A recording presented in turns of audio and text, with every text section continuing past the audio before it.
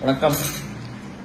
அமைச்சர் பொன்முடி அவர்கள் இந்து மதத்தில் நம்ம கடவுள்களை சைவம் வைணவம் குறித்து மிகவும் ஆபாசமாக பேசியதற்காக திமுக இருந்து நீக்கிட்டோம் அப்படின்னு சொல்லிட்டு போட்டிருக்கிறாங்க.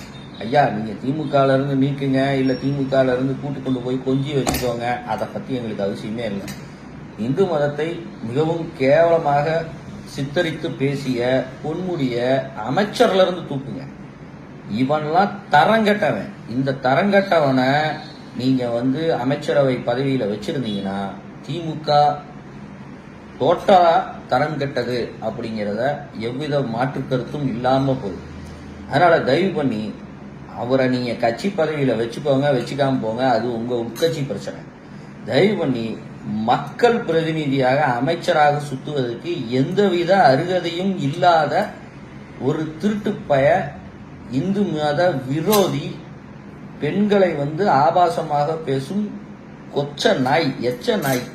அதனால அந்த ஆளை உடனடியாக அமைச்சர் பதவியில் இருந்து பொன்முடியை நீக்க வேண்டும் என்று ஐயா முதல்வர் அவர்களுக்கு ஒரு வேண்டுகோள் வைக்கின்றோம். நன்றி, வணக்கம், ஜெய்ஹிந்த்.